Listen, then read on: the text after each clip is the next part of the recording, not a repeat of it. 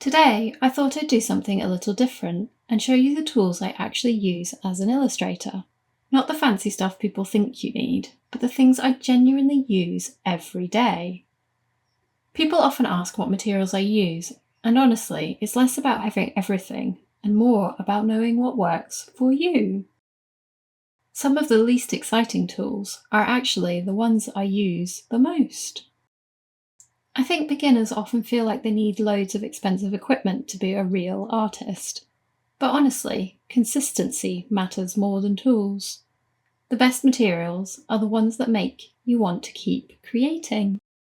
So these are my Illustrator essentials, the things I actually use and rely on.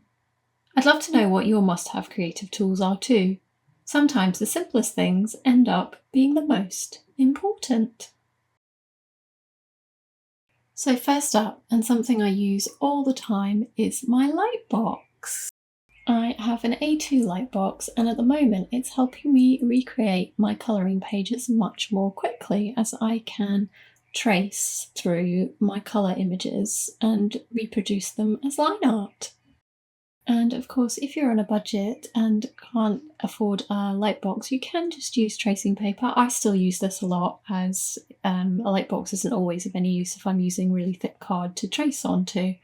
And if I've run out of tracing paper, I have even resorted to using greaseproof paper, which does actually work as tracing paper as well.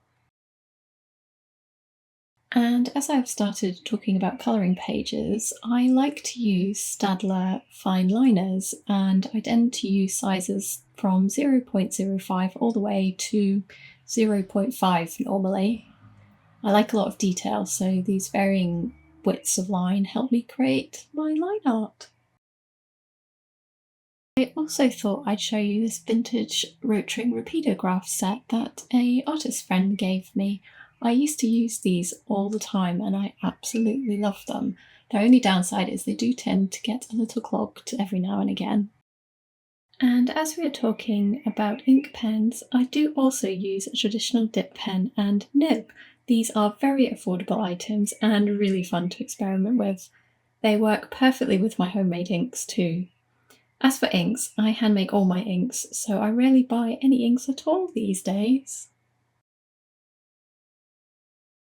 And just before I leap into talking about paint and colour, I just want to show you my favourite drawing pencil for sketching.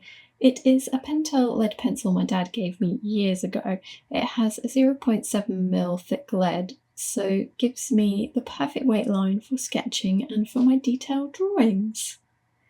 This Staedtler eraser is also one of my favourites, as the cardboard sleeve keeps it nice and clean and free from dirt, so you end up with less smudges in your art and sketches. When it comes to colour, I tend to use acrylic paint, and I love Acrylic heavy body acrylics, and these are the makes that I use. Watercolours are the other medium I like to use. I have to confess I haven't actually bought any of these in a while, as a friend also gave me a beautiful vintage set which I absolutely love. I have a smaller palette I use when I'm not at my desk, and this lovely wooden one I found at a car boot sale and I filled with my preferred watercolours. In terms of brushes, I tend to use a whole array of different types of brushes, from the more expensive Squirrel Mop and Kolinsky Sable brushes to cheap and cheerful synthetic brushes, which I quite often use for acrylic paint, as they do tend to get a bit clogged up and damaged more quickly.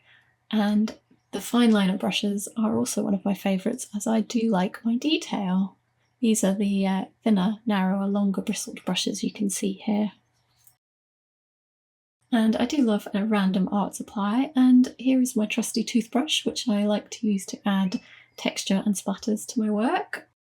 Palette knives are also really useful for mixing and dividing up paint. I love paper, and as I don't tend to work in sketchbooks, I do all my roughs on layout paper. Layout paper is very see-through, so it's great for tracing and refining your sketches before you start final artworks. And for my final artwork, I like to use watercolour block paper. These are great as you don't have to faff about stretching the paper before use. I also use illustration board, which, as it is so thick, doesn't buckle and therefore doesn't need stretching either.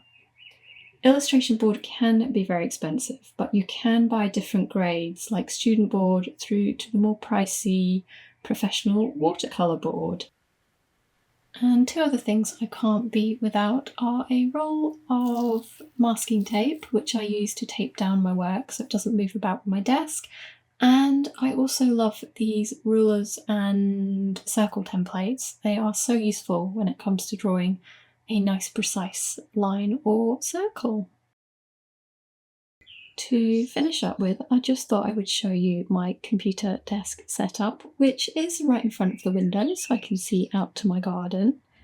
Now, I am a hand-drawn artist, but I do use a computer to scan and tidy up my illustrations once they are complete. It also means I can pop my artwork up on my website and create prints and other products.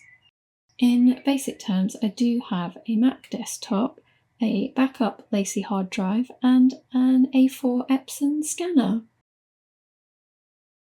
I think beginners often feel like they need loads of expensive equipment to be a real artist, but honestly, it's consistency that matters more than tools. The best materials are the ones that make you want to keep creating. So my advice is just play and do with what you love.